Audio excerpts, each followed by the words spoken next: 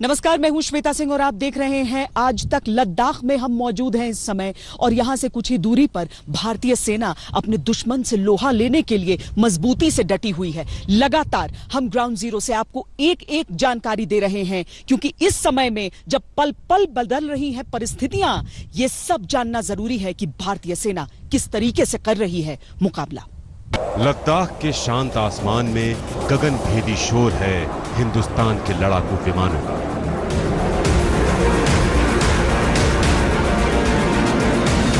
लद्दाख में गरजने लगे हैं मिराज 2000 विमान।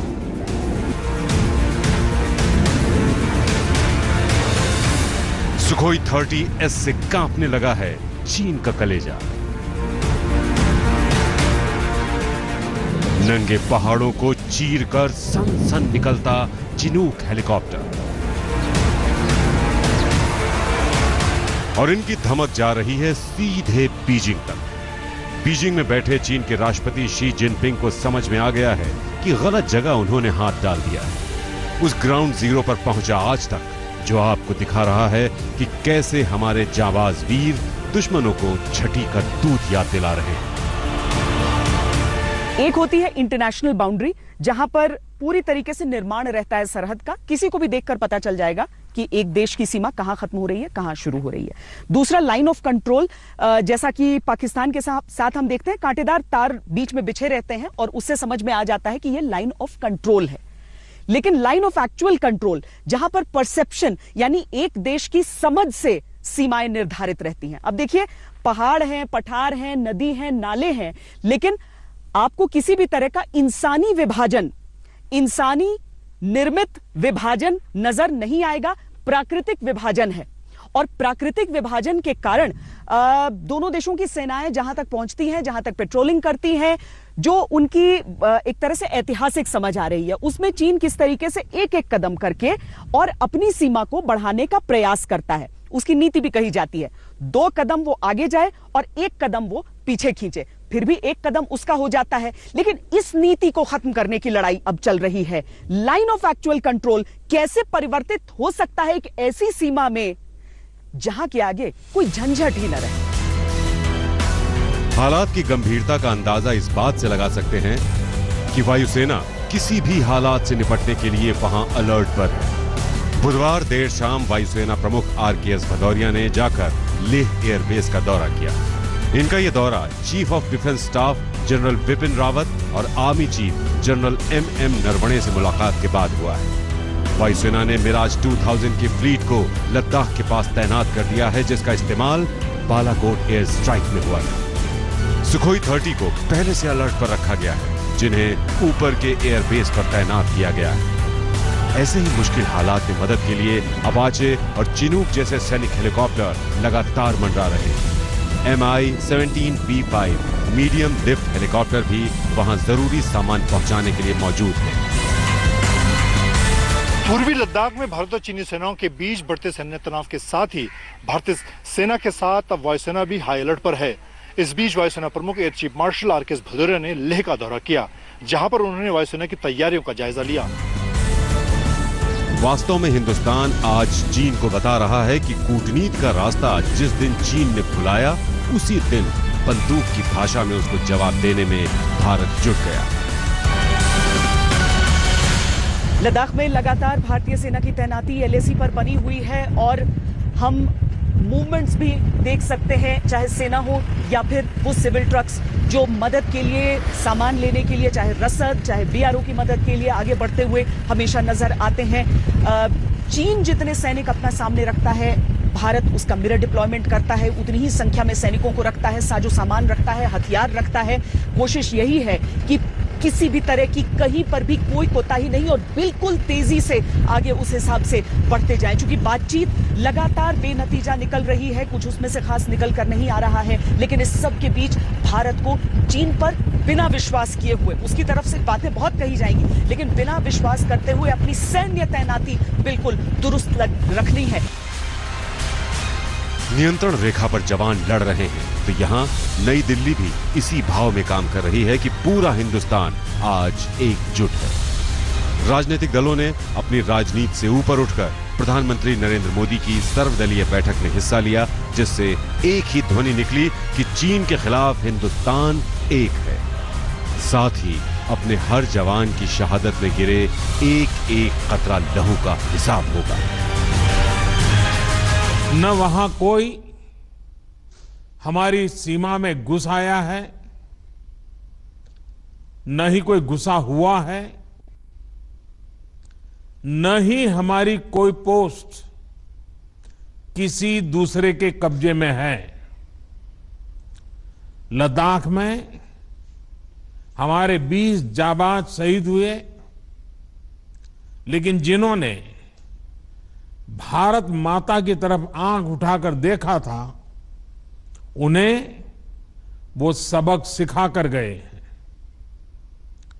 उनका ये शौर्य, ये बलिदान हमेशा हर भारतीय के मन में अमिट रहेगा। लद्दाख में हिंदुस्तान अपनी ताकत दिखा रहा है।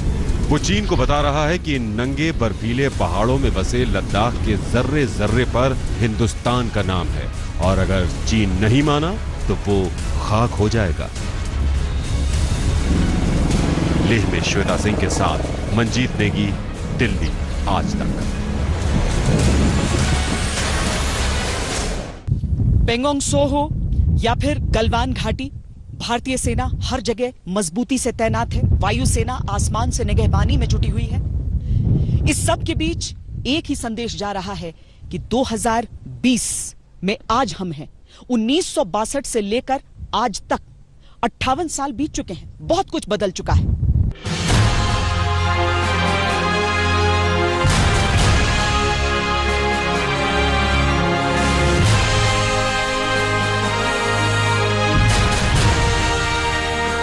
कार्रवाई तो पूरा होगा, कार्रवाई पूरा होगा।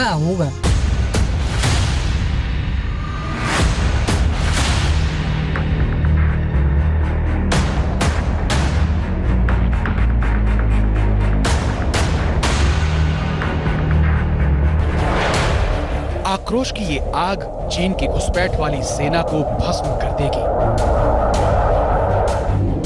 गलवान घाटी में जिस तरह चीनी सैनिकों के धोखे से हमारे 20 जांबाज वीरों को शहादत देनी पड़ी, उसके बाद से बदले की आग नियंत्रण रेखा पर सुलग रही है। गलवान वैली के जिस पेट्रोलिंग पॉइंट 14 पर चीनी सेना ने अपना धोखेबाज रंग दिखाया था, अब हिंदुस्तान की जाबाजी वहीं पर दिख रही है।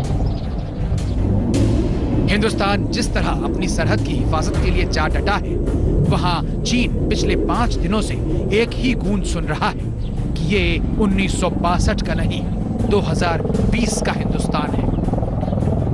आसमान से लेकर जमीन तक हमारे जो फोर्सेस हैं, वो लाइन ऑफ एक्चुअल कंट्रोल की हिफाजत इस तरीके से कर रहे हैं कि चीन भी बुरी तरह से घबराया हुआ है, क्योंकि हिंदुस्तान का ऐसा रूप उसके लिए भी थोड़ा नया नया सा लगता है। जहां 62 की धमकियां अब धीरे धीरे खत्म होंगी, 62 की याद को 2020 का अनुभव उसे भुला देगा।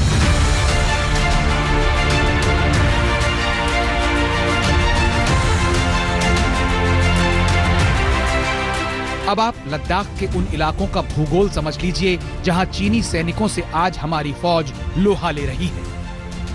पहला पॉइंट है पूर्वी लद्दाख की गलवान वैली, जिसके पेट्रोलिंग पॉइंट 14, 15 और 17 पर भिड़ंत हुई।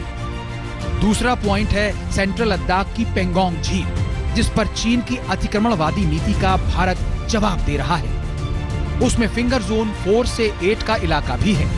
लाइन ऑफ एक्चुअल कंट्रोल यानी LAC जो फिंगर जोन 8 के पास है, लेकिन 5 मई को धोखे से चीन फिंगर जोन 4 तक आ गया।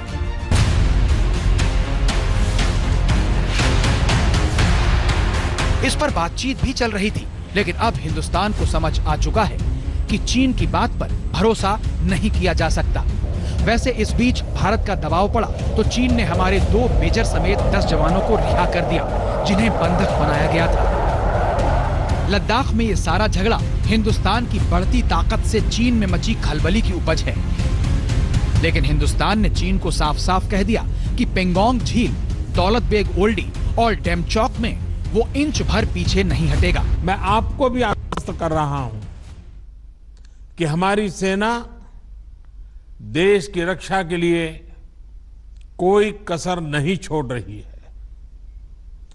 डिप्लॉयमेंट हो, एक्शन हो, काउंटर एक्शन हो, जल थल नभ में हमारी सेनाओं को देश की रक्षा के लिए जो करना है वो कर रही है। आज हमारे पास ये कैपेबिलिटी है कि कोई भी हमारी एक इंच जमीन की तरफ आंख उठाकर भी नहीं देख सकता। आज भारत की सेनाएं हर सेक्टर में एक साथ मूव करने में पूरी तरह सक्षम है। यहां चीन को भारत की ओर से सड़क बनाने पर मिर्ची लग गई थी।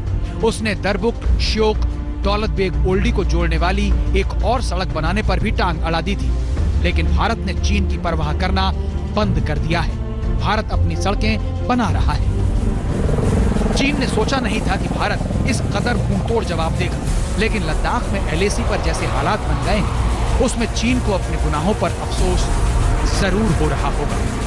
लेह में श्मिता सिंह के साथ आज तक ब्यूरो। ये जो ऊंची पहाड़ियां हैं, यहां पर अगर सड़क का निर्माण करना है तो इन चट्टानी पहाड़ों के सीने को चीरकर सड़कें बनानी होती हैं, लेकिन ये बहुत जरूरी है क्योंकि एक ऐसा समय भी था जब 2-2 महीने लग जाते थे सेना के पोस्ट तक पहुंचने में और वापस आ जाने में। इसीलिए रफ्तार शुरुआत में धीमी रही निर्माण की, लेकिन अब उस निर्माण ने रफ्तार पकड़ी है।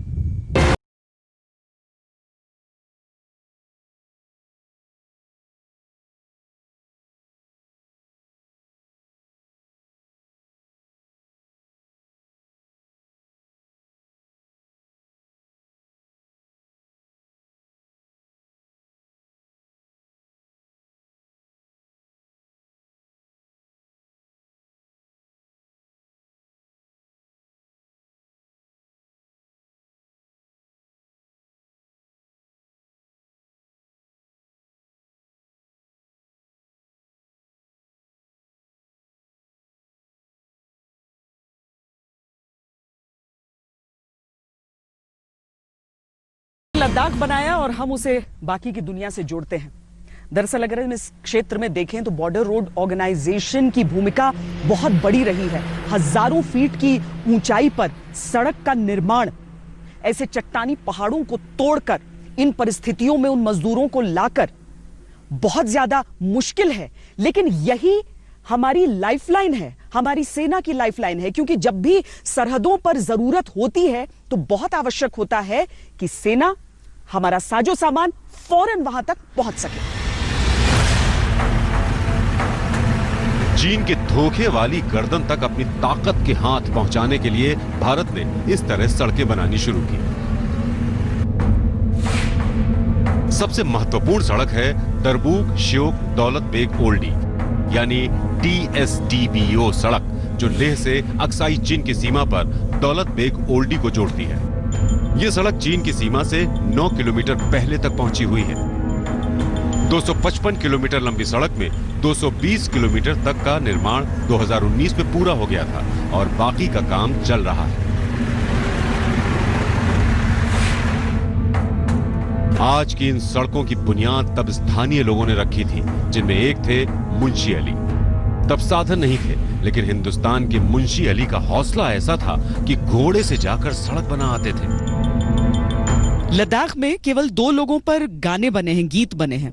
उनमें से एक है वो व्यक्ति जिन्होंने लद्दाख की कठिन परिस्थितियों में एक जगह से दूसरी जगह जाने के रास्ते को आसान किया, या यूं कहें कि रास्तों को बनाया, मुंशी अली। उनके नाम पर गाने भी हैं और ऐसा समझिए कि DBO की अगर हम आज बात करते हैं तो वहां तक की सड़क की सोच हो या उसका निर्माण हो, उसमें वो लगे रहे। उनके पोते हैं आप। अभी जो पहले वो दौलत बेग घोड़े पे जाते थे, वहाँ सामान लेते थे, जो वहाँ गया उनको पता है कि वो रोड किस तरह बना है। कहते हैं वहाँ पहाड़ पे सुराख बना के, वहाँ सरिया लगा के, फिर उसके ऊपर पत्थर बिछा के वहाँ रोड, अभी भी वो रोड तैयार है। एक कहते हैं लोकल एक कॉन्ट्रैक्ट ठेकेदार था, उसी ने ये सारा नुब्रा श्रीनगर रोड वो दौलत बेग को वो बनाया। इस सड़क का बन जाना चीन की आंखों में खटक रहा है, क्योंकि 14,000 फीट की ऊंचाई पर यह सड़क लद्दाख के आखिरी गांव श्योक तक जाती है और उसके पास ही है दौलत बेग ओल्डी, जो चीन के जिनजियांग प्रांत से अलग होने वाले काराकोरम पास के नजदीक है। 16,000 फीट की ऊंचाई पर उस पहाड़ी मैदान पर भारतीय वायुसेना की सप्लाई के लिहाज से एडवांस लैंडिंग ग्राउंड की लोकेशन है। आज आखिरी छोर तक सड़क पहुंच गई है, लेकिन आज तक आपको वो दास्तां सुनाने जा रहा है हाजी गुलाम हुसैन की जुबानी, जिन्होंने 1962 के युद्ध में घोड़े और ऊंट से जवानों के लिए रसद पहुंचाई थी। लद्दाख किस तरीके से बदला है, किस तरीके से सीमाओं से हमारी कनेक्टिविटी बढ़ी है, उसे समझने के लिए जरा हम आपको दशकों में पीछे ले जाएंगे, क्योंकि इस समय हमारे साथ हाजी गुलाम हुसैन मौजूद हैं, जो कि सेना की मदद के लिए भी, और अगर आप ये तस्वीर भी देखें तो 1962 की, जब ये ले जाया करते थे पूरा रसद, हम उनसे समझते हैं कि उस समय कितना टाइम लगता था वहां तक पहुंचने में, किस तरह का वो इलाका था, किस तरह की इन्हें मुश्किलें सामने आती थी, उससे आप वर्तमान को बहुत हद तक समझ पाएंगे। पहले हम लोग यहाँ से जाता है जो उधर पड़े पर जाता है ना, हाँ। सामान उठा के आर्मी साथ जाता है, बाकी बहुत जाता तो बहुत घोड़ा है, 200-300 घोड़ा जाता है, ऊँट कम जाता है, ऊँट सिर्फ ये 10-15 ऊँट जाता है, मेरे पास था बस, बाकी किसी का ऊँट नहीं जाता है उधर। इंडियन आदमी, हाँ नहीं, चनिया आते हैं, बोलता है बॉर्डर पर हमको तो नहीं देखा है, बाकी दूसरा घोड़े पर गया ना, हाँ। उन लोग को दिखाया बोलता है, हाँ। दूर से दिखाया बोलता है, दूर से सामने नहीं दिखाया बोलता है। हाँ। हाँ। वहाँ पर कैसा है गलवान वैली, कैसा दिखता है, कैसा है इलाका? है क्या जनाब, पूरा नाला है, बस पत्थर पहाड़ तो है। सर्दियों में जाते हैं, सर्दियों में बसंत की बाद में ये भी गया है। हाँ, बसंत में नहीं गया है, उससे पहले भी एक दफे के बाद सर्दियों में इधर से जाता है, गर्मियों में यहाँ से जा नहीं पकता है, पानी आता है बोर, पता नहीं इस मौसम तो यही होगा। हाँ, ऐसा ही होगा। अभी इस टाइम तो अभी गाड़ी चलता है नहीं, हाँ। नहीं तो अभी इस टाइम से थोड़ा ये जून जुलाई में पानी आता है, बहुत पानी आता है जी। अच्छा। फिर जा नहीं पकता है, फिर नुब्रे से जाता है। यहाँ एक गांव से दूसरे गांव की दूरी बहुत ज्यादा है, लेकिन इन गांवों की आंखों ने चीन की चालबाजी और धोखे को बार बार देखा है। अब बदले हालात में हिसाब बराबर हो रहा है। एलएसी तक जाते जाते जो गांव होते हैं, ऐसी कच्ची सड़कें आपको दिखेंगी हर जगह। बातचीत ये चल रही है कि क्या इन सड़कों को भी पक्के तौर पर निर्मित किया जाए, ताकि अगर सैनिकों को एक वैकल्पिक रूट की जरूरत हो तो वो इस सड़क का इस्तेमाल भी कर सकें, इस वैकल्पिक सड़कों का इस्तेमाल कर सकें। जो घर हैं जो गाँव के, वो देखिए इसी तरीके से ऐसे ही रहते हैं। यहाँ से पूरा आप एक्चुअल कंट्रोल तक, लाइन ऑफ एक्चुअल कंट्रोल तक देख लेंगे तो ऐसी एक मंजिल के मकान होंगे, आपको लगभग ईंट से बने हुए, हल्का पीला रंग भी कभी दिख जाएगा, ताकि आप प्रकृति के साथ आप घुले मिले हुए से नजर आते हैं। लेकिन घर सारे एक झुंड में एक साथ गांव में रहते हैं।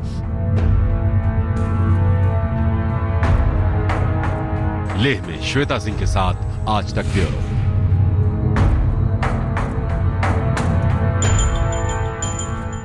उन्नीस 1962 से लेकर आज तक बहुत कुछ बदला है। उस समय उस मौसम में लड़ने के लिए हमारी सेना के पास वो कपड़े नहीं हुआ करते थे। कैनवस के जूते पहनकर हमारी सेना इस ऊंची चढ़ाई को नापती थी और उसके बाद चीन से मुकाबला करती थी। आज भी लड़ाई उस मौसम से है हमारी और चीन से भी है, लेकिन आज साजो सामान भी है और इसके साथ ही मौसम के खिलाफ भी लड़ने के सारे उपकरण हमारे पास हैं।